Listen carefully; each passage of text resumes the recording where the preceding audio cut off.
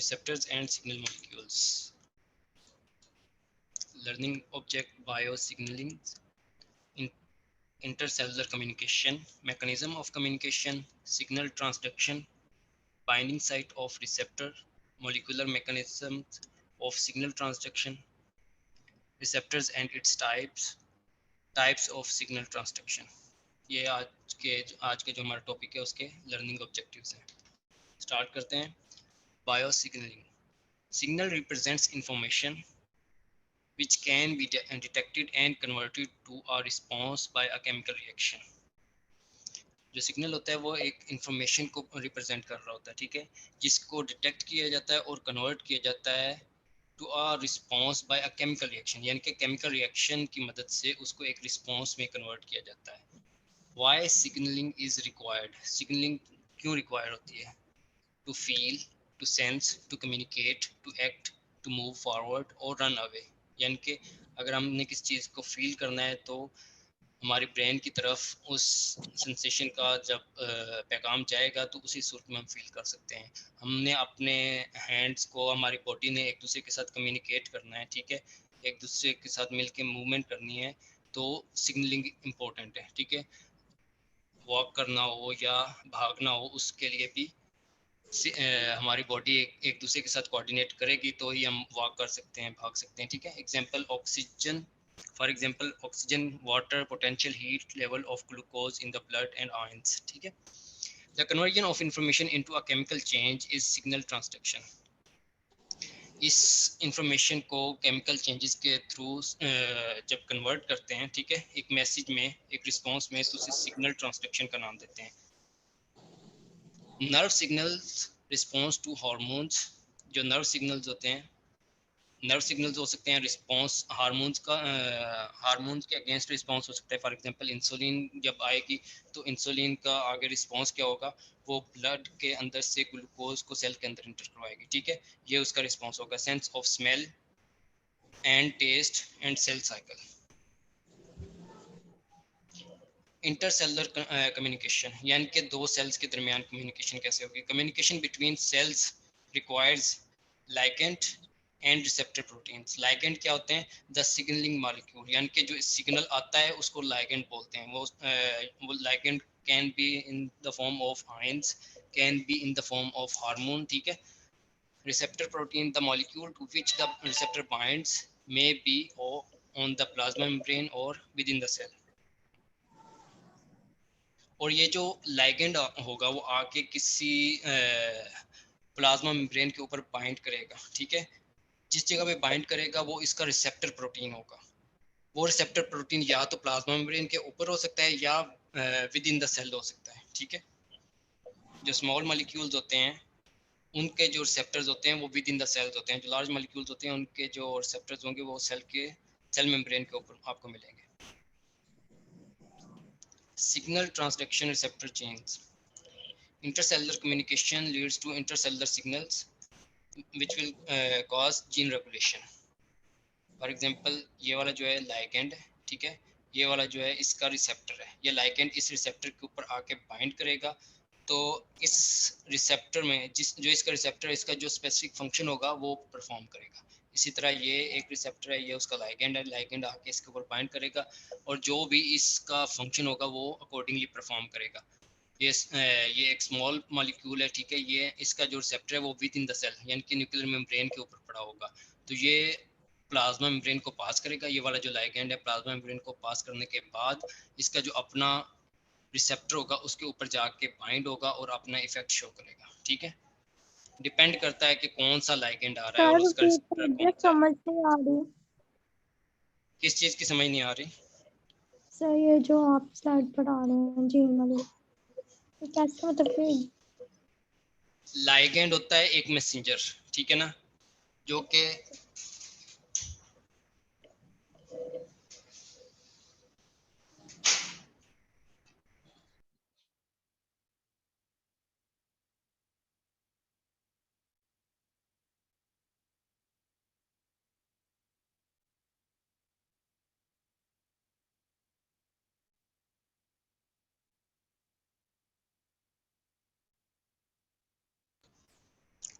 हाँ जी, लाइगेंड जो होता है वो एक मैसेज होता है, ठीक है ना, वो इन the form of nerve impulse भी हो सकता है, ठीक है, और इन the form of hormone, in the form of ions, ठीक है। फॉर एग्जांपल ये एक लाइगेंड है, ठीक है, या एक मैसेंजर है, वो मैसेंजर आएगा, इसका जो रिसेप्टर है वो सेल मेम्ब्रेन के ऊपर पड़ा हुआ है, ये आके अपने स्पेसिफिक रिसेप्टर के ऊपर बाइंड होगा, ठीक है। जब ये आके बाइंड होगा, ये अगर रिसेप्टर आयन चैनल है, ठीक है, तो ये आयन चैनल ओपन हो जाएगा और स्पेसिफिक आयंस को अपने थ्रू द सेल मेम्ब्रेन पास होने की इजाज़त देगा, ठीक है। अगर ये जो चैनल है ये ग्लूकोज की ट्रांसपोर्ट के लिए यूज़ होता है, वो जब लाइगेंड आके बाइंड होगा तो ग्लूकोज को सेल के अंदर इंटर होने की परमिशन देगा। फॉर एग्जांपल ये इंसुलिन है, इंसुलिन आके इस चैनल के साथ बाइंड होगा, जब इंसुलिन आके इसके साथ बाइंड होगा तो इस चैनल को ओपन करवा देगा, जब ये चैनल ओपन होगा तो ग्लूकोज सेल के अंदर इंटर होना स्टार्ट हो जाएगा, ठीक है। अभी सर ये समझ आई? सिलेक्टिव सेल मेम्ब्रेन होती है? दोबारा बोलें, क्या पूछ रहे हैं आप? सिलेक्टिव सेल मेम्ब्रेन होती है? सिलेक्टिवली परमिएबल सेल मेम्ब्रेन होती है। हम इस वक्त बात कर रहे हैं रिसेप्टर की, और जो सिग्नल आ रहा है रिसेप्टर के ऊपर जो आके लाइगेंड बाइंड होगा उसकी हम बात कर रहे हैं, ठीक है। यानी कि ओके। ये वाले जो मॉलिक्यूल हैं ये डायरेक्टली सेल के अंदर पास नहीं हो सकते, ठीक है। तो जो भी इनका फंक्शन होगा उनको परफॉर्म करवाने के लिए ये इनको सेल के ऊपर स्पेसिफिक रिसेप्टर्स होंगे, ये आके उस रिसेप्टर के साथ बाइंड करेंगे, जब उसके साथ बाइंड करेंगे जो भी इसका फंक्शन होगा वो अकॉर्डिंगली उसे परफॉर्म करेगा, ठीक है। अगर आयन ओके चैनल सर। होगा तो आयन चैनल को ओपन कर देगा, ठीक है। अगर ये कोई इंजाइम होगा तो इंजाइम की आगे जो कैटालाइटिक एक्टिविटी है वो अपनी मेटाबॉलिज्म अगर उसने इंक्रीज करना है वो मेटाबॉलिज्म को इंक्रीज कर देगा, उसने कोई जीन अल्ट्रेशन करनी है वो जीन अल्ट्रेशन करवा देगा, ठीक है। मैसेंजर आरएनए प्रोड्यूस करवाना है मैसेंजर आरएनए प्रोड्यूस करवा देगा, यानी कि जो भी उसका काम होगा वो अकॉर्डिंगली परफॉर्म करवाएगा, ठीक है। Okay sir. TF activation via signalling cascade, TF activation at the receptor, TF activation by membrane soluble ligand. TF क्या चीज है? Transcriptional factor. Some signal to which cell respond.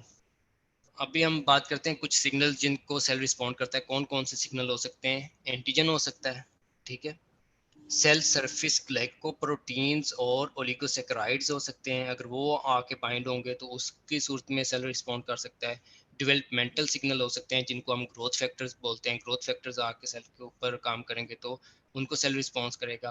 Extra cellular matrix अगर cell के साथ आके मिलेगा तो उसको रिस्पॉन्ड करेगा। Growth factors, hormones, light, mechanical touch, neurotransmitters, nutrients, odorants, tastants. Odorants होता है जो स्मेल से रिलेटेड हो, टेस्टेंट्स है जो टेस्ट से रिलेटेड हो, ठीक है। ये वाले कुछ सिग्नल्स हैं जिनको सेल रिस्पॉन्ड करेगा। Receptor types.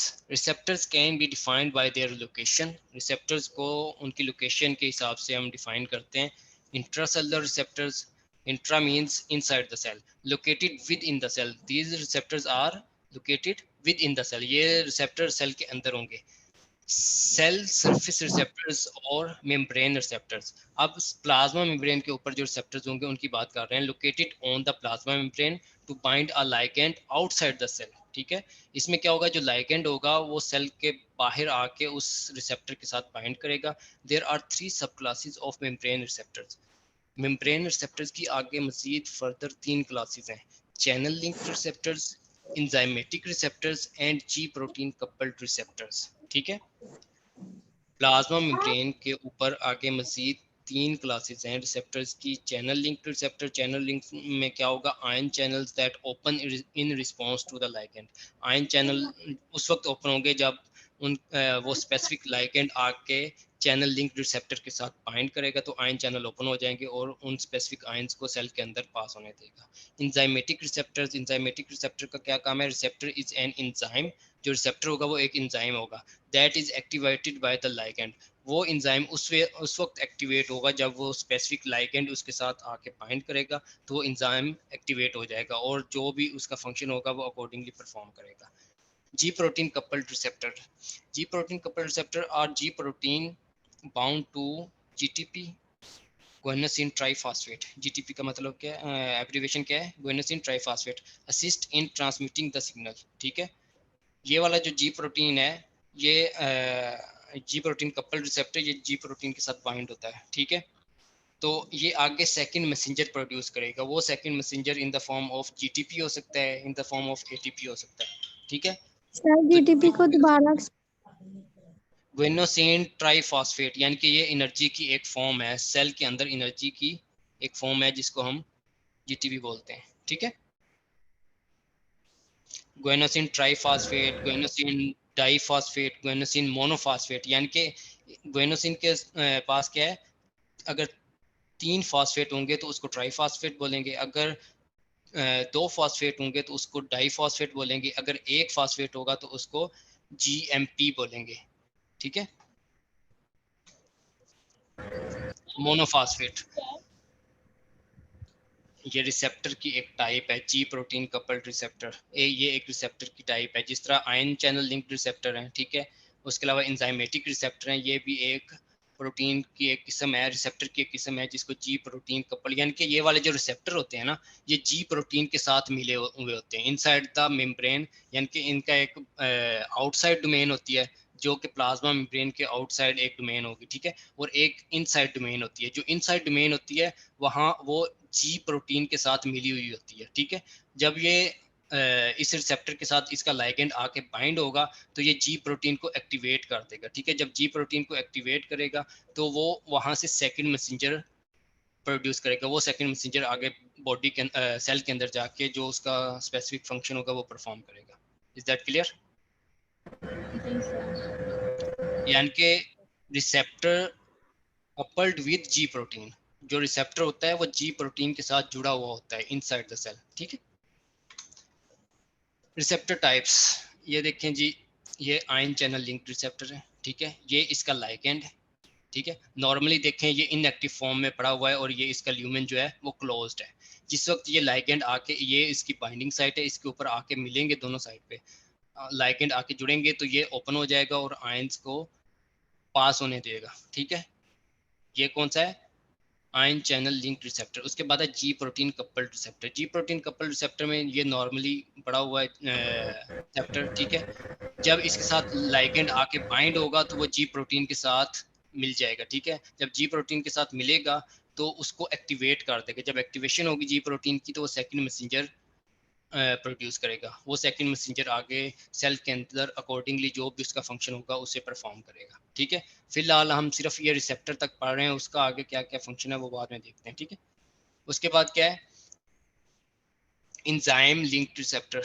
ये क्या होता है? ये एक स्लाइड मूव इंजाइम है। नहीं हो रही। क्या चीज? स्लाइड मूव नहीं हुई, 8 पे ही है। स्लाइड शो नहीं हो रही? नो सर, एक नो सर। चलें दोबारा मैं, सर वो हो रही। हाँ जी अभी हो रही है, यस सर, अब हो रही। ठीक है।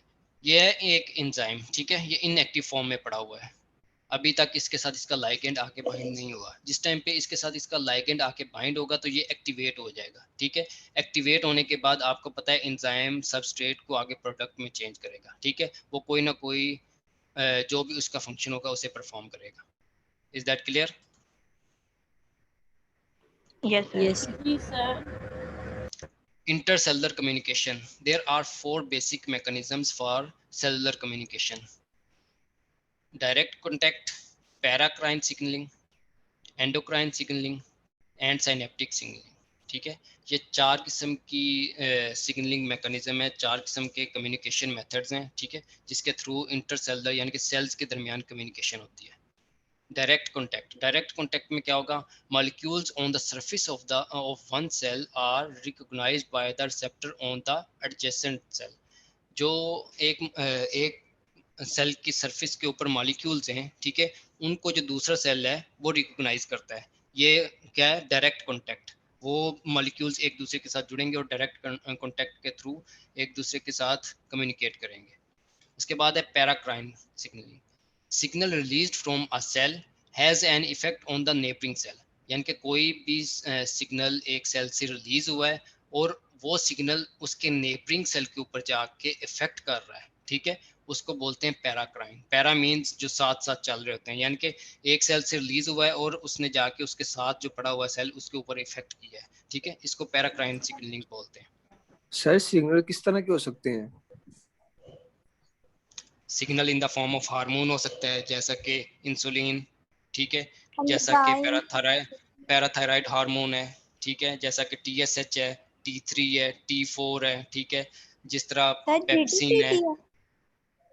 जी वो भी सिग्नल है, GTP, cyclic AMP, cyclic GMP, ये सारे ट्रांसमीटर्स हैं, सिग्नल्स हैं, ठीक है ना, मैसेंजर्स इनको बोलते हैं। उसके बाद है endocrine signalling. Hormones released from a cell affect other cells throughout the body, यानी कि हार्मोन जो स्पेसिफिक उसका सेल है, उस सेल से हार्मोन रिलीज हुआ, वहाँ से वो पूरी बॉडी के अंदर जो भी जिस जिस सेल के ऊपर उसके रिसेप्टर्स पड़े हुए हैं उन सेल्स के ऊपर जाके वो इफेक्ट करेगा, ठीक है। जैसा कि एंडोक्राइन सिस्टम में आप देख लें, इंसुलिन देख लें, इंसुलिन किस जगह से रिलीज हो रहा है, पेंक्रियाज से। पेंक्रियाज से रिलीज होने के बाद पूरी बॉडी को पूरी बॉडी के अंदर जिस जिस जगह पे ग्लूट रिसेप्टर्स प्रेजेंट हैं, ठीक है, इंसुलिन के रिसेप्टर्स प्रेजेंट हैं, उनके ऊपर वो जाके इफेक्ट करेगा, ठीक है, और उनके ऊपर जाके इफेक्ट करके अपना जो भी उसका इफेक्ट होगा उसको शो कराएगा। फॉर एग्जांपल उसने क्या करवाना होता है, ग्लूकोज को सेल के अंदर इंटर करवाना होता है, वो अपना काम करने के बाद डिग्रेड हो जाता है, ठीक है, डाइजेस्ट हो जाता है, ब्रेक डाउन हो जाती है उसकी एंडोक्राइन सिग्नलिंग। उसके बाद है साइनेप्टिक सिग्नलिंग। साइनेप्टिक में क्या होता है, nerve cells release the signal, nerve cells जो होंगे वो सिग्नल को रिलीज करेंगे। सिग्नल कौन सा होगा, न्यूरोट्रांसमीटर, जैसा कि एसिटाइलकोलिन, एपिनेफ्रिन, नोरएपिनेफ्रिन, गाबा, ठीक है, उसके ग्लाइसिन भी आ जाएगा इसमें, which bind to the receptor on nearby cells, जो कि नियर बाय सेल जो होगा उसकी सरफेस के ऊपर उसके जो रिसेप्टर्स होंगे उसके ऊपर बाइंड करेगा और बाइंड करने के बाद अपने इफेक्ट्स को शो करेगा। इसको बोलते हैं साइनेप्टिक सिग्नलिंग, यानी कि दो मेम्ब्रेन नर्व एंडिंग के दो जो मेम्ब्रेन्स होंगी उनके दरमियान में जो स्पेस होती है उसको साइनेप्टिक क्लेफ्ट बोलते हैं, ठीक है, और इस जगह पे जो भी सिग्नलिंग प्रोसीजर हो रहा है उसको सिनेप्टिक सिग्नलिंग का नाम देते हैं। Is that clear? Yes, yes sir. Sir. Yes sir. Yes, ये sir. सर एक दफा ना सिनेप्स इन वगैरह दोनों के डिफरेंस बता दें शॉर्ट किसका? फॉर्म में, दोनों दोनों में, वो पैराक्राइन सिग्नलिंग और इसमें। पैराक्राइन का तो होता है ना कि वो नेबरिंग सेल के ऊपर जाके इफेक्ट करेगा, ये होता है, ये मोटर एंड प्लेट है, ठीक है, जो मसल्स के मोटर एंड प्लेट होती है, ठीक है, उसके ऊपर, और ये नर्व एंडिंग है। नर्व एंडिंग से एसिटाइलकोलिन के रिसेप्टर्स, एसिटाइलकोलिन रिलीज होगी और एसिटाइलकोलिन के रिसेप्टर्स जो होंगे एंड प्लेट पे होंगे, एंड प्लेट के ऊपर वो जाके एसिटाइलकोलिन अपने रिसेप्टर्स के ऊपर जाके बाइंड करेगी और एंड प्लेट को एक्साइट करेगी, ठीक है, जब एक्साइटेशन होगी तो मसल कॉन्ट्रैक्शन होगी, ठीक है, एक्साइट करने के बाद वो फौरी उस अपने रिसेप्टर से डिटैच हो जाएगी और और एसिटाइलकोलिन एस्ट्रेज एंजाइम उसकी ब्रेक डाउन करवा देंगे, ठीक है। Okay sir. वही 4 फॉर्म्स हैं जिनके थ्रू जो सेल्स हैं वो एक दूसरे के साथ कम्युनिकेट करते हैं। डायरेक्ट कॉन्टैक्ट है, ठीक है, synaptic, paracrine and endocrine. Intercellular communication, a cell response to a signal often involves activating or inactivating a proteins, यानी कि जो भी एक सिग्नल आएगा, ठीक है, उसने काम क्या करना है, किसी प्रोटीन को एक्टिवेट करना है या इनएक्टिवेट करना है। Phosphorylation is a common way to change the activity of a protein, यानी कि अगर किसी प्रोटीन की फास्फोराइलेशन करवाएंगे तो उसकी जो एक्टिविटी होगी वो चेंज हो जाएगी, यानी कि प्रोटीन को वो एक्टिवेट कर देगा। It is a biochemical process that involves the addition of phosphate to an organic compound. जो फास्फोराइलेशन क्या होता है कि किसी भी बायोकेमिकल किसी भी प्रोटीन के अंदर एक फास्फेट ग्रुप को ऐड करना, उसको फास्फोराइलेशन कहते हैं, ठीक है। Protein kinase an enzyme that adds phosphate to a protein. Protein kinase एक एंजाइम है जो कि हेल्प करता है कि फास्फेट को किसी प्रोटीन के अंदर इंटर करवाने के लिए, ठीक है, किसी प्रोटीन में फास्फेट की एडिशन करवाने के लिए जो एंजाइम काम करता है उसको प्रोटीन काइनेज कहते हैं, ठीक है। उसके अलावा अगर उसी प्रोटीन से फास्फेट को रिमूव करवाना हो तो फास्फाटेज ये एंजाइम होगा जो कि फास्फेट ग्रुप को उस प्रोटीन से अलग करने में हेल्प करेगा। Is that clear? Yes, sir. जी sir. Sir. The role of receptor. They are globular proteins, जो रिसेप्टर्स होते हैं वो ग्लोबुलर प्रोटीन्स होते हैं, located mostly in the cell membrane. किस जगह पे होते हैं? मोस्टली सेल मेम्ब्रेन के ऊपर। Receive message from chemical messengers coming from other sales, ठीक है। इन रिसेप्टर्स का काम क्या होता है कि इन्होंने उन मैसेजेस को रिसीव करना है जो कि दूसरे सेल से आ रहे होते हैं।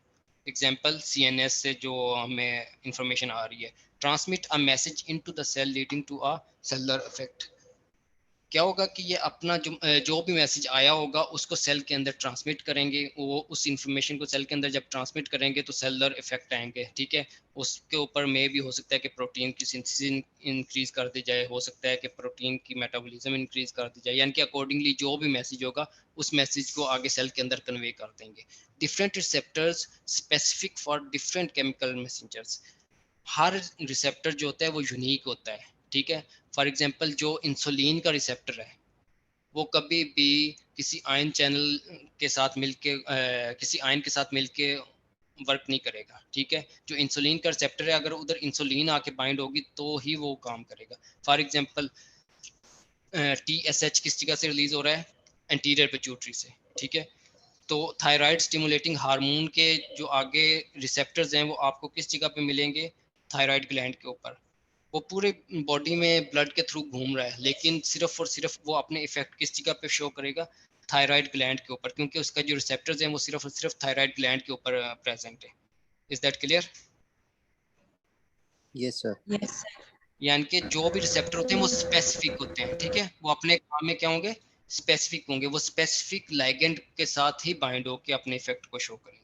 Each cell has a range of receptors. हर सेल के पास डिफरेंट रेंज के रिसेप्टर हो सकते हैं in the cell membrane, making it responsive to different chemical messengers, ठीक है। वही सेम चीज इधर भी बताई गई है। कोई कंफ्यूजन है तो पूछ ले, मैं दोबारा एक्सप्लेन कर देता हूँ अगर नहीं समझ आए तो। नो सर, ओके हो गया। Binding site of receptor. Receptor contain a binding site that is recognized by the chemical messenger। जो receptors होते हैं उनके पास क्या होती है? एक बाइंडिंग साइट होती है जिसको जो केमिकल मैसेंजर होगा रिकॉग्नाइज करेगा और उस जगह पे आके फिट हो जाएगा, ठीक है। यानी कि जो उसका स्पेसिफिक केमिकल मैसेंजर होगा ना, उसी रिसेप्टर का वही आके उस जगह पे बाइंड होगा। Binding of messenger involves intermolecular bond. वो आके उस जगह पे बाइंड होगा और वीक इंटरमोलिकुलर बॉन्ड बन जाएगा, यानी कि उस रिसेप्टर के दरमियान और उस केमिकल मैसेंजर के दरमियान। Binding result in an induced fit और रिसेप्टर प्रोटीन। वो इंड्यूस्ड फिट मॉडल पढ़ा हुआ है एफएससी के अंदर, आप लोगों ने सेकंड ईयर में था। Yes sir. Yes, sir. हाँ, वो आके उसके अंदर फिट होगा, फिट होने के बाद जो भी उसके इफेक्ट होंगे वो शो करेगा, ठीक है। ये देखें, ये एक रिसेप्टर है, ठीक है, इनएक्टिव फॉर्म में पड़ा हुआ है। ये उसका मैसेंजर है, ये आके इस जगह पे इसके साथ बाइंड हुआ है। बाइंड होने के बाद इसने जो भी इसका काम था उसने वो मैसेज सेल के अंदर कन्वे कर दिया। कन्वे करने के बाद ये दोबारा अपनी इनएक्टिव फॉर्म में चला गया। Is that clear? जो इसका मैसेंजर होगा बाद में उसकी मेटाबॉलिज्म हो जाएगी। समझ आ गई आप लोगों को? Yes, sir. Signal transduction. General features of signal transduction are common to all. जो इसकी जनरल फीचर्स हैं वो तकरीबन सेम होती है। A signal interact with a receptor. Signal जो होगा वो रिसेप्टर की तरफ अट्रैक्ट होगा, ठीक है। The activated receptor interact with cellular machinery producing a second signal, ठीक है।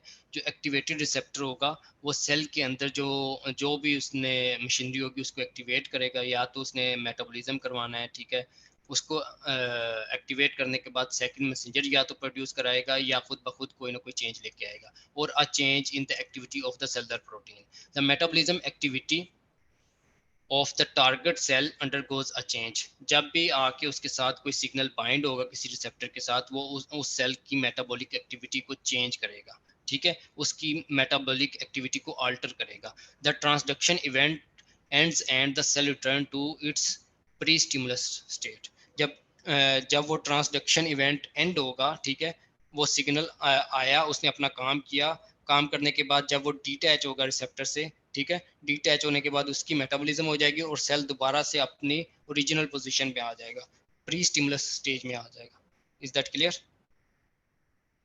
Yes sir. Overview of signal transduction. ये एक रिसेप्टर है, ठीक है, इसके ऊपर ये जो रेड कलर का डॉट है ये इसका क्या है, सिग्नल है, ठीक है, या लाइगेंड है। या लाइगेंड आके इसके साथ बाइंड होगा, बाइंड होने के बाद इसको एक्टिवेट करेगा। जब ये एक्टिवेट होगा तो इसकी इंट्रासेलुलर, ये वाली जो इंट्रासेलुलर डोमेन है ये अपना काम स्टार्ट कर देगी। ये क्या करेगा, इंट्रासेलुलर सिग्नल देगा।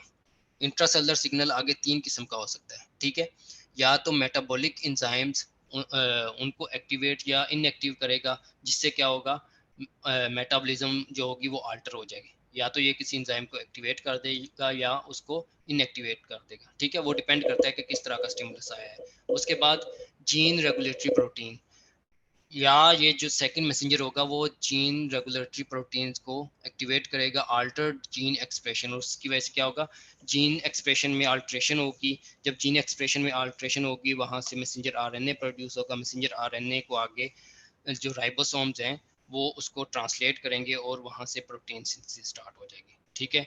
या जो सेकंड मैसेंजर है वो साइटोस्केलेटन प्रोटीन के ऊपर आके इफेक्ट करेगा। साइटोस्केलेटन प्रोटीन के ऊपर आके इफेक्ट करेगा तो साइटोस्केलेटन का काम क्या है, उन्होंने सेल को स्पेसिफिक शेप देनी होती है। तो जब इसके ऊपर आके इफेक्ट करेगा तो अल्टर द सेल शेप और मूवमेंट। क्लियर है?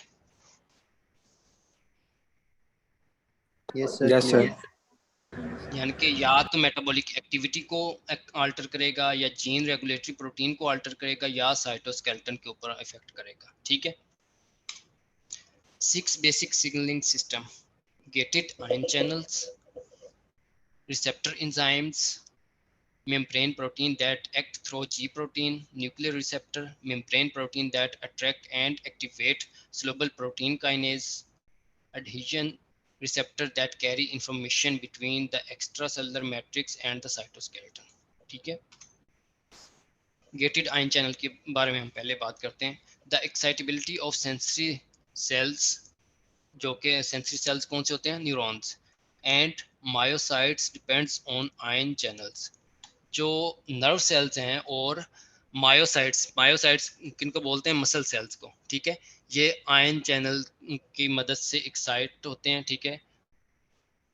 Signal transducers that provide a regulated pathway for the movement of inorganic ions such as sodium, potassium, calcium and chloride across the plasma membrane in response to various stimuli, ठीक है। जिस वक्त इसको stimulate किया जाएगा, अगर muscle को stimulate किया जा रहा है, ठीक है, तो उससे क्या होगा, मसल एक्साइट होगा या इनहिबिट होगा। इसी तरह अगर नर्व एंडिंग के साथ जो आयन चैनल है उनको ओपन या क्लोज किया जा रहा है तो उससे क्या होगा, नर्व एक्साइट होगी या इनहिबिट होगी, अकॉर्डिंगली जो जिस तरह का इसका फंक्शन होगा, ठीक है। They may be open or closed depending on whether the associated receptor has been activated by the binding of its specific ligand. यानी कि अगर तो कोई स्टिमुलेटरी इफेक्ट आया है तो उसकी वजह से क्या होगा, स्टिमुलेशन होगी। तो स्टिमुलेशन की वजह से या तो ओपन हो सकता है या क्लोज हो सकता है। जो आयन चैनल गेट्स हैं या तो वो ओपन हो सकते हैं या क्लोज हो सकते हैं, ठीक है। Neurotransmitter or by a change in transmembrane electrical potential, यानी कि उससे क्या होगा, इलेक्ट्रिकल पोटेंशियल जो है, मेम्ब्रेन पोटेंशियल वो चेंज होगा। रेस्टिंग मेम्ब्रेन पोटेंशियल से या तो क्या होगा कि रेस्टिंग मेम्ब्रेन पोटेंशियल आगे एक्साइट होकर नर्व इम्पल्स को आगे ट्रांसमिट करेगा, ठीक है। अगर वो मसल की बात कर रहे हैं, मसल या तो एक्साइट होगा, एक्साइट होने के बाद उसकी कॉन्ट्रैक्शन होती या इनहिबिट होगा, रिलैक्स होगा, ठीक है। The nicotinic acetylcholine receptor is a ligand gated ion channel. Acetylcholine जिस रिसेप्टर के ऊपर जाके इफेक्ट करती है उसको निकोटिनिक रिसेप्टर या निकोटिनिक एसिटाइलकोलिन रिसेप्टर बोलते हैं, ठीक है। निकोटिनिक रिसेप्टर भी बोल सकते हैं या nicotinic acetylcholine receptor. The receptor channel opens in response to the neurotransmitter, ठीक है। ये जो आयन चैनल रिसेप्टर है, ये न्यूरोट्रांसमीटर जब इसके साथ आके बाइंड होगा, न्यूरोट्रांसमीटर कौन सा, एसिटाइलकोलिन, तो ये ओपन हो जाएगा। The receptor is found in the post synaptic membrane of the neuron. ये वाला जो रिसेप्टर होगा पोस्ट साइनेप्टिक मेम्ब्रेन पे आपको मिलेगा, at certain synapses and in muscle fibres. और उसके अलावा मसल की जो मोटर एंड प्लेट होती है उस जगह पे आपको ये वाला रिसेप्टर मिलेगा, nicotinic receptor, at neuromuscular junction. Acetylcholine released by an excited neuron diffuses a few micrometer across the synaptic cleft or neuromuscular junction to the postsynaptic neuron or myocytes. 1 minute.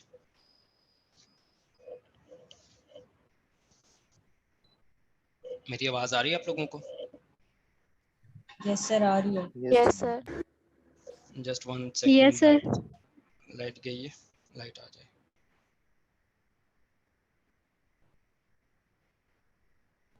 यहाँ तक किसी को कोई कंफ्यूजन है तो वो बताए, मैं उसे एक्सप्लेन करता हूँ तुम देर। समझ आ रही है जो पढ़ रहे हैं? Yes sir. पोस्टसिनेप्टिक क्या है? साइनेप्स में एक प्री सिनेप्टिक होती है, ये अपने माइक ऑफ रखें प्लीज। साइनेप्स जिस जगह पे बनता है ना, जिस जगह पे दो नर्व एंडिंग्स मिल रही होती हैं, ठीक है, उस जगह पे एक उनके दरमियान में कनेक्शन होता है, ठीक है, उसको बोलते हैं साइनेप्स। उस साइनेप के दरमियान में एक थोड़ी सी खाली स्पेस होती है जिसको बोलते हैं साइनेप्टिक क्लेफ्ट। वो एंड जो के नर्वस सिस्टम की तरफ होता है, ठीक है, जो एंड नर्वस सिस्टम की तरफ होता है उसको बोलते हैं प्री सिनेप्टिक मेम्ब्रेन, और वो एंड जो मसल एंड की तरफ होता है, ठीक है, उसको बोलते हैं post synaptic membrane. Is that clear? Yes sir, thank you. यानी कि एक नर्व जो है वो स्पाइनल कॉर्ड से जनरेट हो रही है, स्पाइनल कॉर्ड से निकल के आगे मसल की तरफ जा रही है, ठीक है, आगे जाके उसने एक और नर्व के साथ उसने कनेक्शन बनाना है, ठीक है, जो जब वो कनेक्शन बनाएगी तो स्पाइनल कॉर्ड वाली साइड जो होगी वो प्री सिनेप्टिक मेम्ब्रेन होगी, और जो मसल वाली साइड होगी उसको पोस्ट सिनेप्टिक मेम्ब्रेन का नाम देते हैं। Is that clear? Yes sir. ठीक हो गया। Where it interacts with the acetylcholine receptor and triggers electrical excitation of the receiving cell. जब एसिटाइलकोलिन रिलीज होगी नर्व एंडिंग से तो वो जाके अपने रिसेप्टर के साथ इंटरेक्ट होगी और उसको एक्साइट करेगी, उसकी डीपोलराइजेशन करवा देगी, यानी कि जिस सेल ने उसे रिसीव किया होता है उसकी डीपोलराइजेशन करवा देगी, ठीक है। उसके बाद बात करते हैं डिसेंसिटाइजेशन। डिसेंसिटाइजेशन का क्या मतलब है? The acetylcholine concentration in the synaptic cleft is quickly lowered by the enzyme acetylcholine esterase present in the cleft. Synaptic cleft के अंदर एक एंजाइम पड़ा होता है जिसका नाम है एसिटाइलकोलिन एस्ट्रेज। ये एंजाइम क्या करता है कि जैसे ही एसिटाइलकोलिन अपना काम करती है उसकी फौरन ब्रेक डाउन करवा देता है विद इन मिली सेकेंड्स, ठीक है।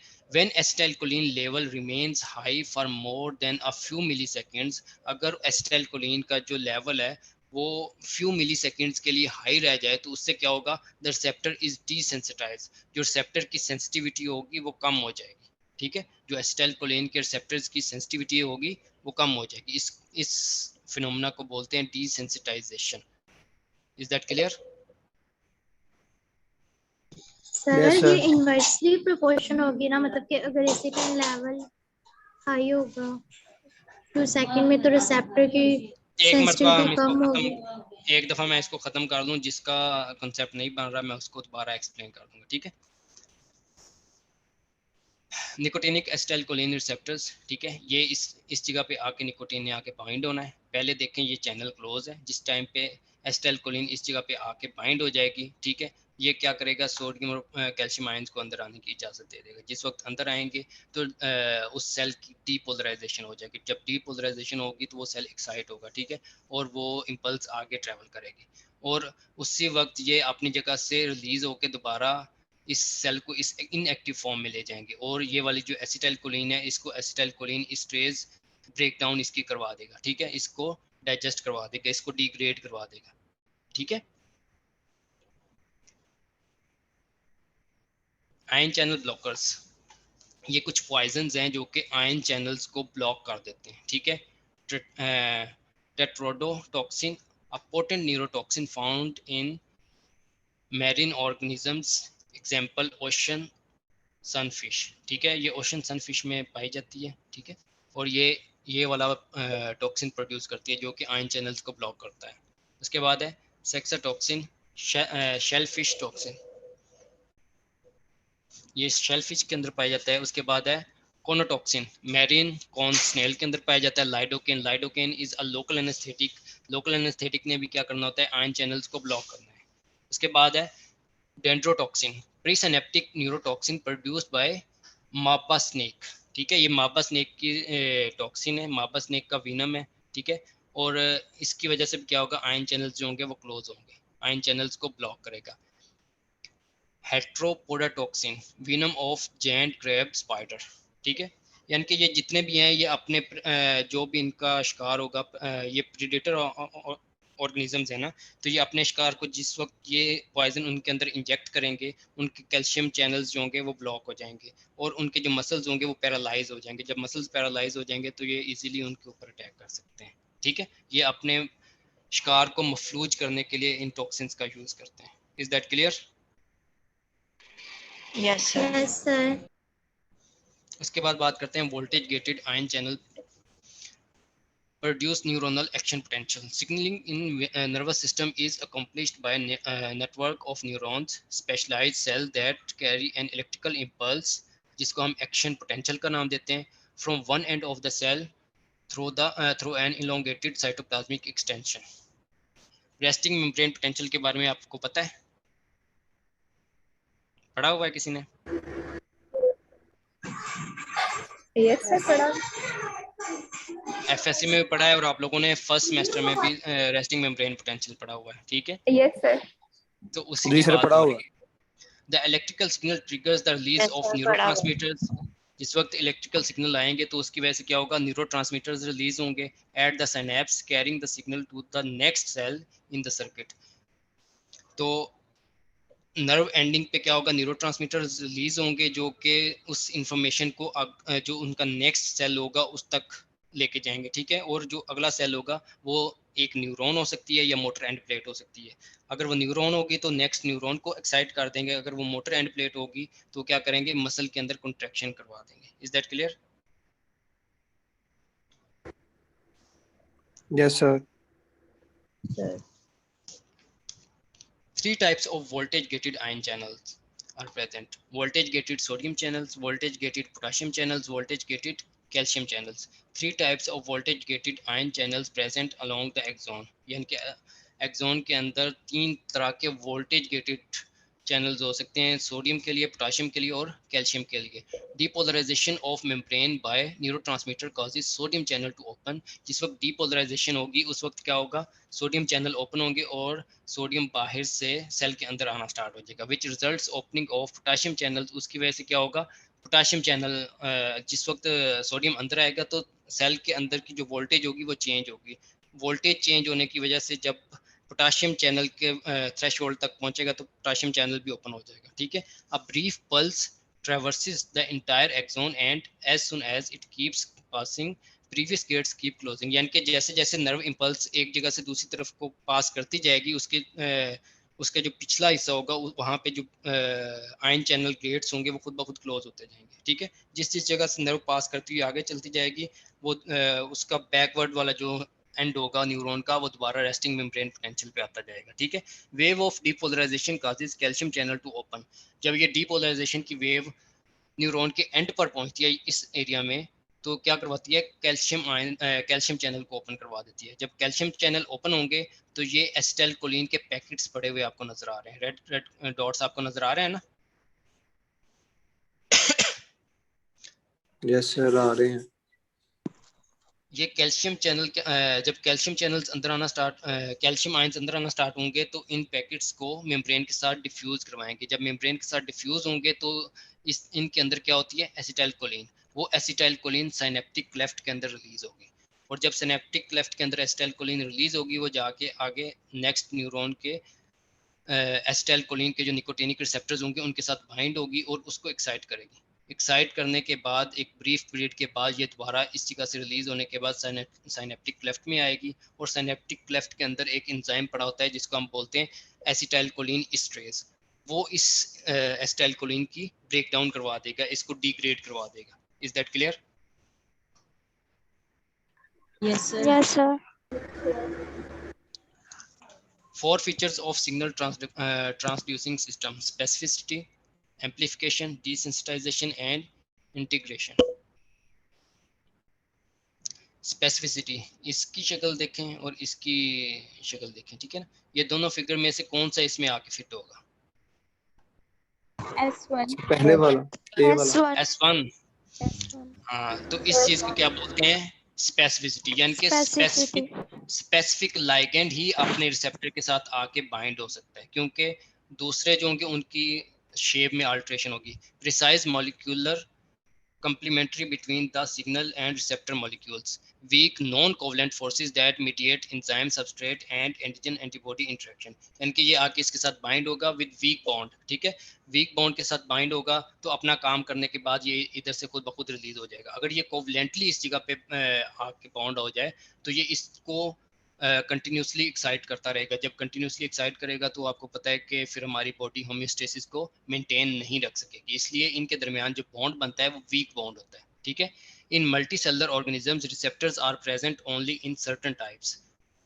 For example, thyrotropin releasing hormone triggers the response in the cells of the anterior pituitary but not in the hepatocytes. जो थायरोट्रोपिन रिलीजिंग हार्मोन है, ठीक है, इसके जो रिसेप्टर्स हैं सिर्फ और सिर्फ एंटीरियर पिट्यूटरी के अंदर प्रेजेंट है।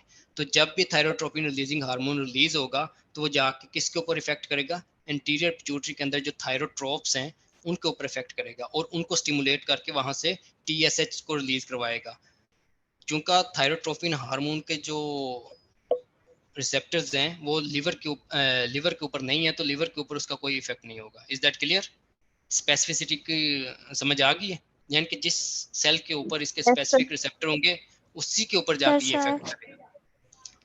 यस आगे समझ। Epinephrine epinephrine altars glycogen metabolism इन हेपेटोसाइट्स, क्योंकि इसके जो रिसेप्टर्स होंगे वो हेपेटोसाइट के ऊपर होते हैं बट नॉट इन एरिथ्रोसाइट, यानी कि रेड ब्लड सेल के ऊपर इसके रिसेप्टर्स नहीं होंगे, सो इसका रेड ब्लड सेल के ऊपर कोई इफेक्ट नहीं होगा। स्पेसिफिसिटी समझ आ गई सबको? जी सर आगे। उसके बाद है amplification. Amplification bye enzyme cascade results when an enzyme associated with a signal receptor is activated and in turn catalyzes the activity of many molecules of a second enzyme, each of which activates many molecules of a third enzyme and so on. Amplification में क्या है कि हमने एक enzyme को activate किया, उसने आगे मजीद दो तीन को एक्टिवेट कर दिया, उन दो तीन ने आगे मजीद दो तीन को एक्टिवेट कर दिया। इससे क्या होगा, एक चीज को एक्टिवेट करने से उसने उस प्रोसेस को अच्छा खासा एम्पलीफाई कर दिया। एग्जांपल ये देखें, इस एंजाइम को हमने सिग्नल के थ्रू एक्टिवेट किया, इसने आगे इन तीन को एक्टिवेट कर दिया, उन तीनों ने आगे मजीद तीन तीन को एक्टिवेट कर दिया, ठीक है, इसको बोलते हैं amplification. Is that clear? Yes उसके बाद है डीसेंसिटाइजेशन। ये पहले भी मैं आपको कॉन्सेप्ट समझा चुका हूँ, दोबारा फिर एक दफा रीड करवा देता हूँ। The sensitivity of the receptor system is subject to modification, ठीक है। When a signal is present continuously desensitization of the receptor system results when the stimulus falls below a certain threshold, the system again becomes sensitive, यानी कि अगर जो ligand है वो receptor के साथ बाइंड हुआ रहेगा तो जो रिसेप्टर है वो डिसेंसिटाइज हो जाएगा, ठीक है, वो आगे अपना फंक्शन परफॉर्म नहीं करेगा अगर ये कोवलेंटली एक दूसरे के साथ बाइंड हो जाएंगे। अगर ये आके इसके साथ बाइंड हुआ, अपना इसने फंक्शन परफॉर्म किया, फिर इससे क्या हो गया, अलहदा हो गया, अलहदा होने के बाद इसकी डिग्रेडेशन होगी तो इसकी सेंसिटिविटी बरकरार रहेगी। अगर ये एक दूसरे के साथ बाइंड रहेंगे तो इनकी सेंसिटिविटी नहीं रहेगी, ठीक है, ये डिसेंसिटाइज हो जाएगा। Think of what happen to your visual transduction system when you walk from bright sunlight into a darkened room और from darkness into the light, यानी कि ये एग्जांपल दी गई कि अगर आप ब्राइट सनलाइट से किसी डार्क रूम के अंदर इंटर हो तो उस टाइम पे क्या होगा, और अगर आप डार्क रूम से बाहर निकलो तो उस टाइम पे क्या होगा, ठीक है, समझने की कोशिश करो। अगर ना समझ आए तो फिर मैं आप लोगों को एक्सप्लेन करता हूँ। The ability of the system to receive multiple signal and produce a unified response appropriate to the needs of the cell or organism. The ability of the system to receive multiple signal, यानी कि एक system जो है वो multiple signals को receive करे, produce a unified response, और उन सारे सिग्नल्स को रिसीव करने के बाद एक ही रिस्पॉन्स दे, ठीक है, उसको क्या बोलते हैं, इंटीग्रेशन, यानी कि उसने डिफरेंट सिग्नल्स के थ्रू मैसेज रिसीव किया और उस उन सब सिग्नल्स के नतीजे में एक ही रिस्पॉन्स आके सेल के अंदर प्रोड्यूस किया, उसको बोलते हैं integration. Different signalling pathways converge with each other at the several levels, generating a wealth of interaction that maintain homeostasis in the cell and the organism. ठीक है, डिफरेंट किस्म के रिस्पॉन्सेज आए, उन डिफरेंट किस्म के रिस्पॉन्सेज को इकट्ठा करने के बाद सिंगल रिस्पॉन्स आगे सेल के अंदर उसने प्रोड्यूस किया। इस प्रोसेस को बोलते हैं integration. Diseases associated with ion channel deficiency. A few examples are cystic fibrosis, Shaker gene mutation disease, familial migraine, generalized epilepsy with febrile seizures plus। ठीक है, इन डिजीजेस की जो डिटेल है वो आप लोग मेडिसिन के अंदर पढ़ेंगे। अब टिल नाउ किसी को कोई कंफ्यूजन है तो वो पूछ सकता है।